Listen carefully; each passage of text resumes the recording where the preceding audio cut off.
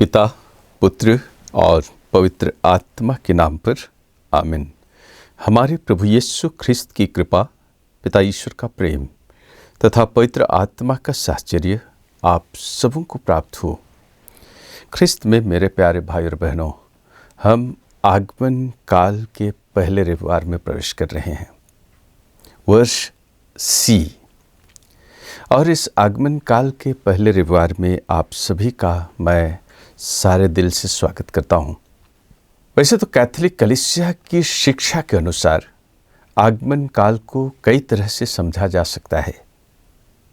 मैं आगमन काल में हमारी तैयारी कैसी हो, इसे 3 शब्दों द्वारा, 3 प के द्वारा समझाने की कोशिश करूंगा। पहला प्रतीक्षा, दूसरा प्रार्थना और तीसरा प है परिवर्तन। प्रतीक्षा, प्रार्थना और परिवर्तन। आगमन का पवित्र समय प्रतीक्षा का समय है, जो कि केवल मसीह के क्रिसमस या जन्मोत्सव के आगमन का उत्सव से उत्सुकता से इंतजार करना नहीं है, बल्कि यह समय हमें प्रभु यीशु के दूसरे आगमन की याद दिलाता है। मैं दोहराऊंगा, आगमन काल केवल क्रिसमस की तैयारी के लिए नहीं, लेकिन यीशु ख्रिस्त के दूसरे आगमन की तैयारी का हमें यह पवित्र समय दिया जाता है। मसीह यीशु ऐतिहासिक रूप में उनका एक बार आगमन हो चुका है। वह एक निर्बल, दुर्बल, निस्सहाय, गरीब और नगण्य इंसान के रूप में एक बार आ चुके हैं। ईश्वर अपने आप को, याद रखें, उस धर्मी यूसुफ और निष्कलंक नारी मरियम के हाथों में एक छोटे बालक के रूप में सौंप दिया था।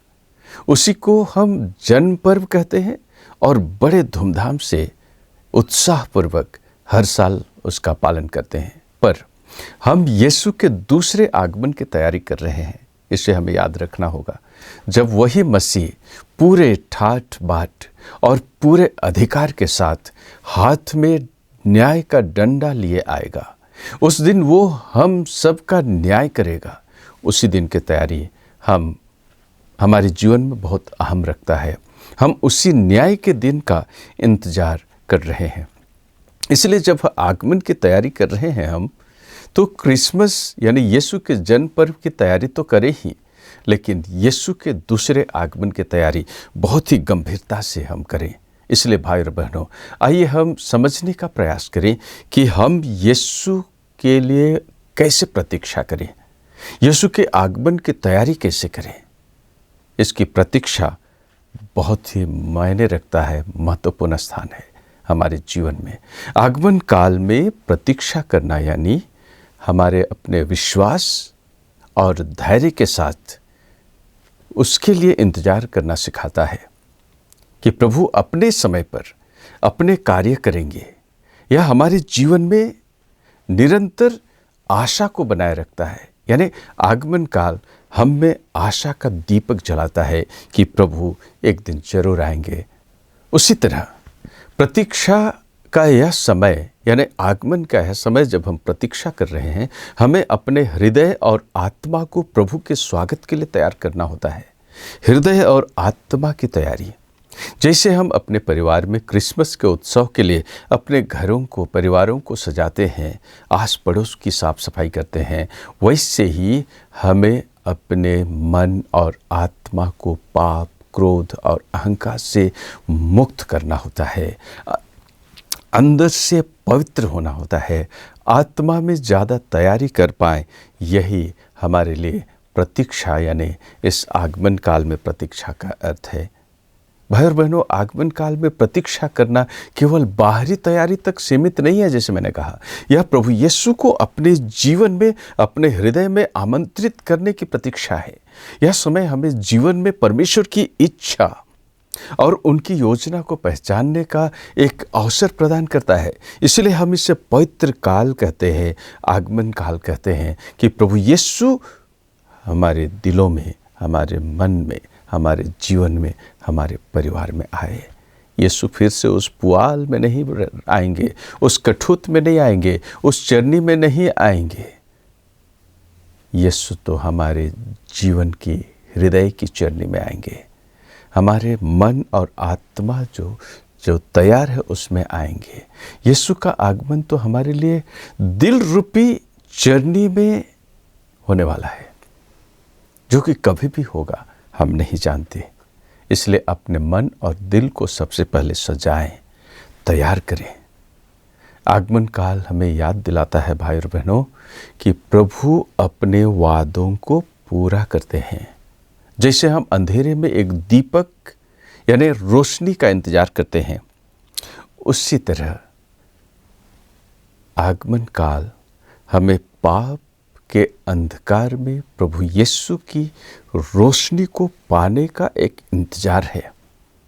जैसे संजोहन का सुसमाचार अध्याय 12 का 46 में हम पाएंगे कि यीशु ने खुद कहा है, मैं संसार में ज्योति बनकर आया हूँ ताकि जो मुझ में विश्वास करता है वह अंधकार में नहीं रहे। प्रभु यीशु इस संसार में ज्योति बनकर आए और जो भी उसमें विश्वास करते हैं आप और हम कि हम अंधकार में ना भटकें, प्रभु की ज्योति से आलोकित रहें, वही आगमन की तैयारी है। इसलिए आगमन काल में प्रतीक्षा करना यानी प्रभु के साथ अपने संबंधों को और गहरा करने का पवित्र और आनंदमय अवसर है। आगमन काल की तैयारी के लिए दूसरा प मैंने चुना है, वो है प्रार्थना। आगमन काल में प्रार्थना, प्रतीक्षा के साथ साथ प्रार्थना बहुत जरूरी है। प्रार्थना के साथ ही हम प्रतीक्षा करें। प्रार्थना के साथ प्रतीक्षा करना ही हमें प्रभु के आगमन की तैयारी करना, आत्मा को शुद्ध करना और विश्वास में गहराई लाने का एक अवसर है। प्रार्थना के साथ प्रतीक्षा करने में ही हम अपनी आत्मा को अपने प्रभु ईश्वर के करीब ला सकते हैं। प्रार्थना परमेश्वर के साथ संवाद है। जब जब हम प्रार्थना करते हैं, प्रभु के साथ हमारी बातचीत होती है। व्यक्तिगत, सामुदायिक, डायरेक्ट प्रभु से हमारा संवाद होता है। प्रार्थना एक माध्यम है भाई और बहनों, जिसके द्वारा हम परमेश्वर से बातचीत करते हैं। प्रार्थना करना यानी परमेश्वर से संवाद करना है। प्रार्थना एक माध्यम है जिसके द्वारा हम परमेश्वर से बातचीत करते हैं। हम अपनी बातें सुनाते और प्रभु की बात को सुनते हैं। यह समय प्रभु के प्रति अपने विश्वास और समर्पण को व्यक्त करना होता है। आगमन के समय हमें केवल अपने लिए नहीं बल्कि पूरी दुनिया के लिए, पूरी कलीसिया के लिए शांति और प्रेम स्थापित हो, इसके लिए प्रार्थना करें। आगमन काल में हम अपने लिए केवल नहीं, पूरी कलीसिया और पूरी दुनिया में शांति स्थापना हो, उसके लिए प्रार्थना करें। प्रार्थना और प्रतीक्षा हमें आत्मिक शुद्धि के लिए तैयार करते हैं ताकि हम प्रभु का स्वागत कर सकें। प्रार्थना के द्वारा हम शुद्ध होते हैं, तैयार होते हैं आत्मिक रूप से।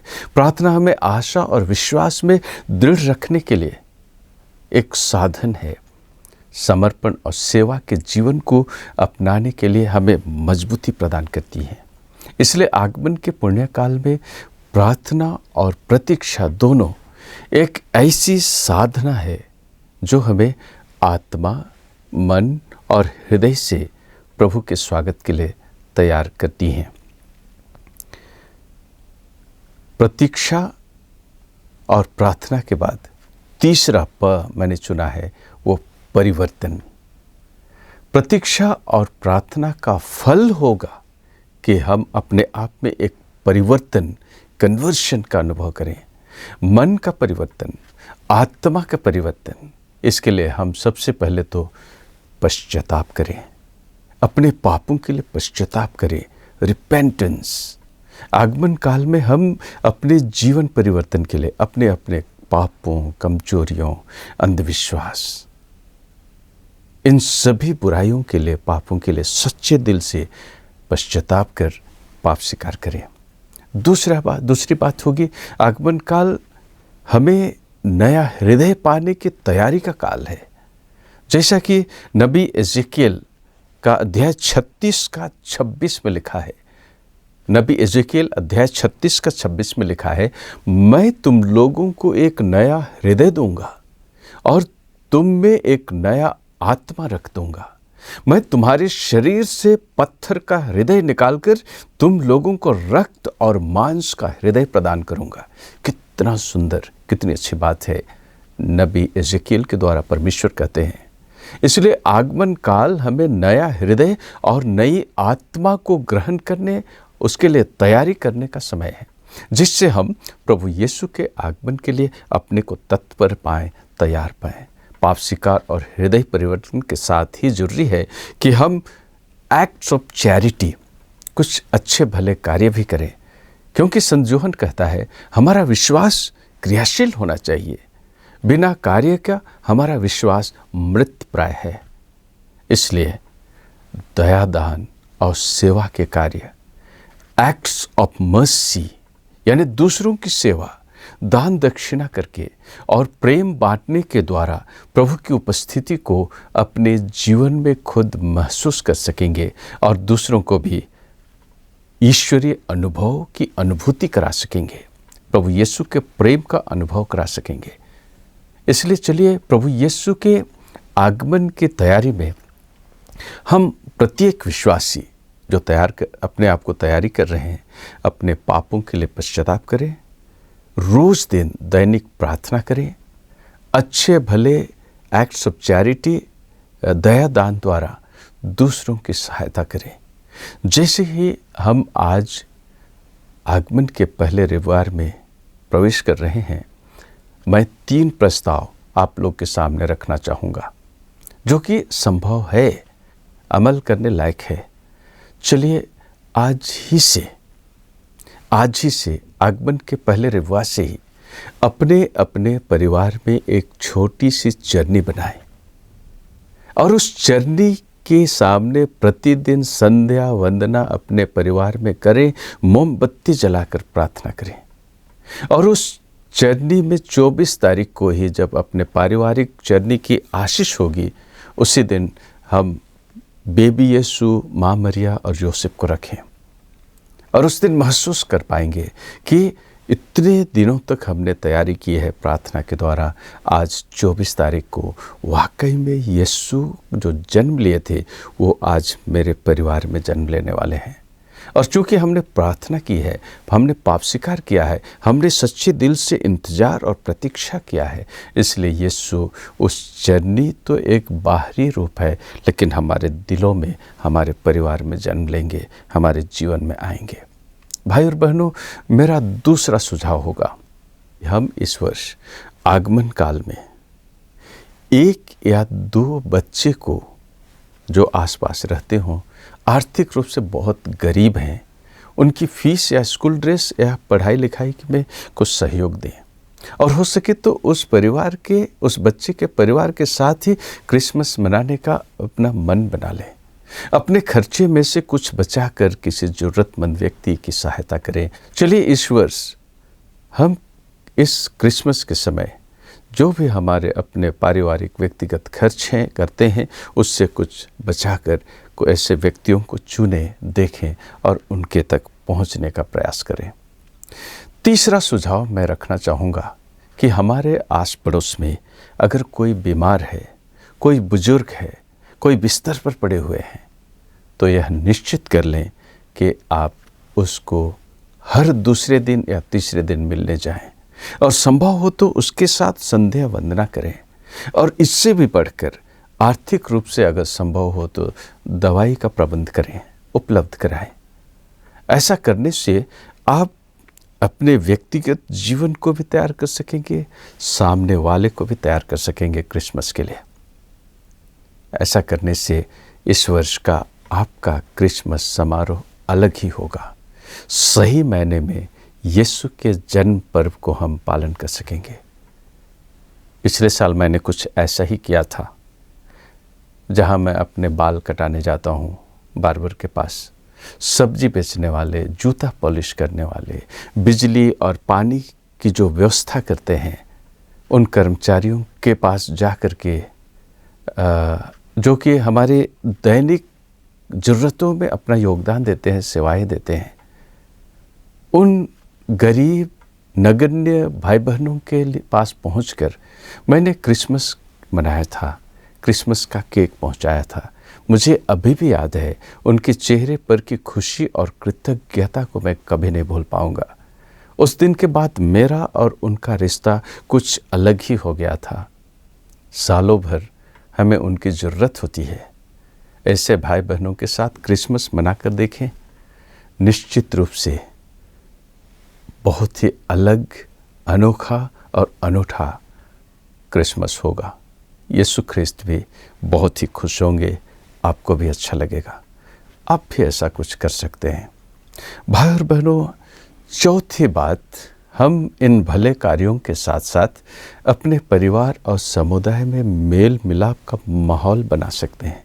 अगर आपको लगता है कि किसी से किसी का कुछ मनमुटाव है, बातचीत नहीं है, दूर चले गए हों, तो अपनी ओर से एक कदम बढ़ाएं, मेल मिलाप का माहौल बने, बातचीत करना शुरू करें। हम प्रतिदिन बाइबल पढ़ने और वचन पर मनन ध्यान के करने के द्वारा हम अपने आप को और पारिवारिक माहौल को तैयार कर सकते हैं। यह तैयारी हमें शारीरिक और आत्मिक रूप से प्रभु के स्वागत के लिए सक्षम बनाएगी।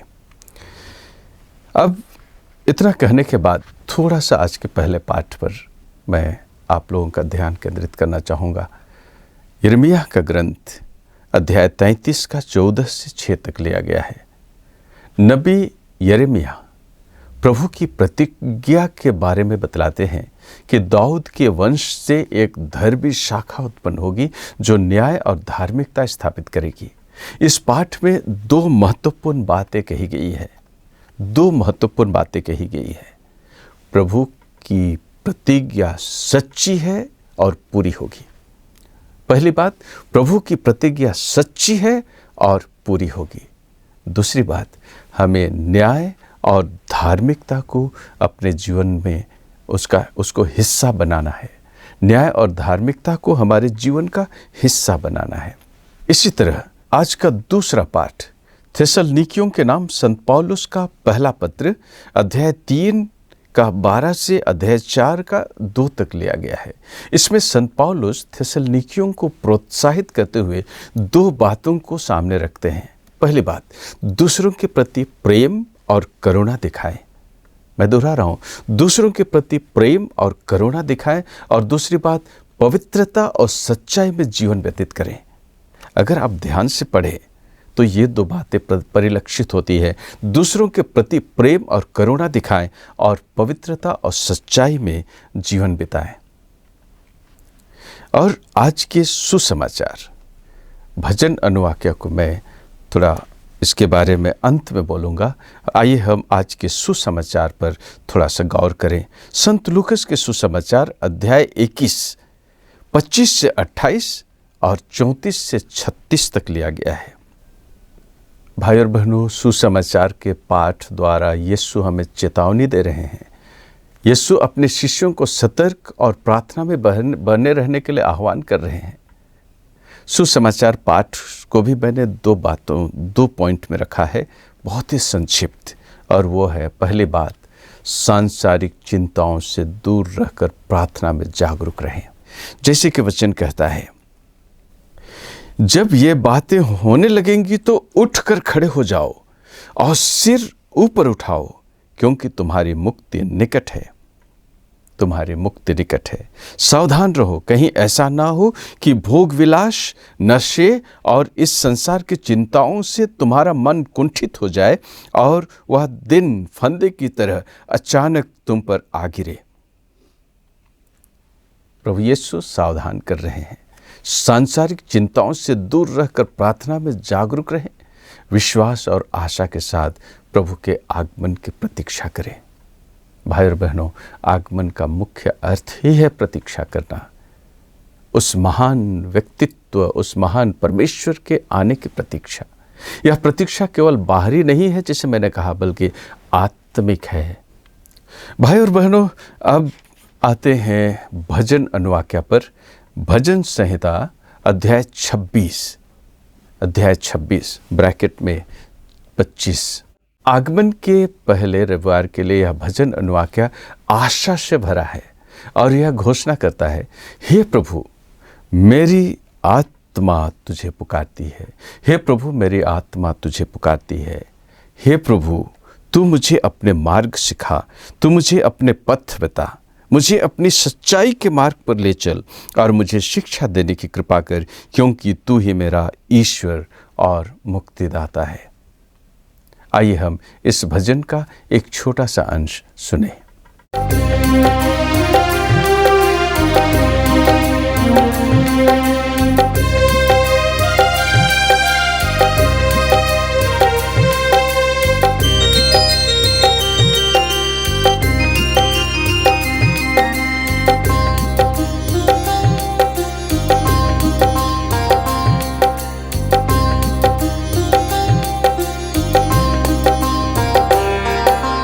हे प्रभु, मेरी आत्मा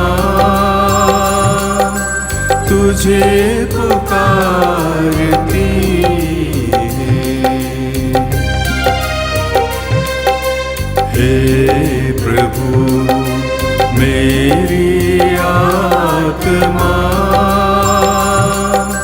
तुझे पुकारती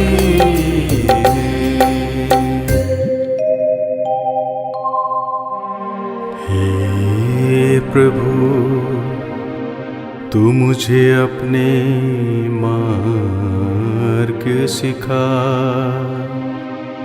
तू मुझे अपने पथ बता, मुझे अपनी सच्चाई के मार्ग पर ले चल और मुझे शिक्षा देने की कृपा कर, क्योंकि तू ही मेरा ईश्वर और मुक्तिदाता है।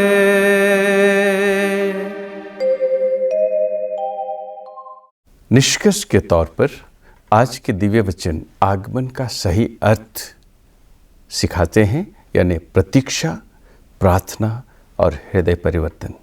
आइए हम प्रार्थना करें। हे प्रभु, हमें इस आगमन काल में तेरी ओर बढ़ने और तेरे प्रेम को अपने जीवन में अनुभव करने की कृपा दे। हमारे दिलों को शुद्ध कर और हमें आत्मिक रूप से तैयार कर। प्रभु, वचन के प्रकाश और पवित्र आत्मा की शक्ति से पाप का अंधकार और अविश्वास की रात समाप्त हो जाए और यीशु के परम पावन हृदय सभी मानवों के दिलों में निवास करे। आमीन।